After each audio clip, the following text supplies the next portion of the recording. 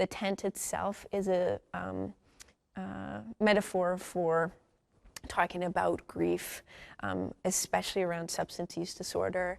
White River First Nation artist Teresa Vander Meer-Chassé has lost many loved ones in recent years.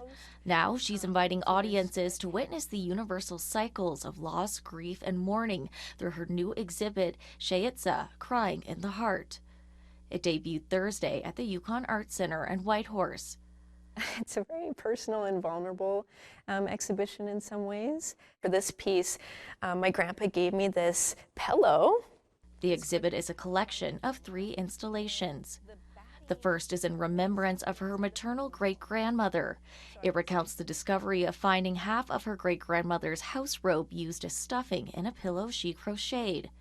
Vander Meer-Chassé added embroidery and beadwork to the robe and used Atlantic salmon skin to reconstruct it. It also features the many tea bags used to dye the salmon skin. And this work is never going to be complete. It's supposed to be a piece about kind of taking it and working on it whenever I have an exhibition.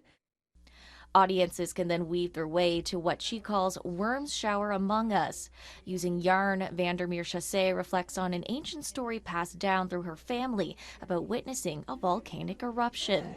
The story that we have, which is amazing because it's 1,500 years old, is that it was there was so much ash that it looked like what they said was fuzzy black worms falling from the sky. Vander Meer-Chassé put her own touch on the piece by using rabbit fur for the worms. To incorporate ash, she used charcoal from a recent wildfire near her home community of Beaver Creek and cigarette butts from her late grandmother. For her, the work is personal.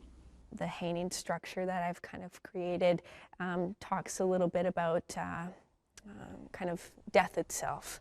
Yeah, let's go inside. It's nice and bright in here too. Perhaps the most striking installation is this repurposed wall tent salvaged from Vander Meer-Chassé's traditional territory. The piece touches on her personal experiences with loss due to substance use disorder.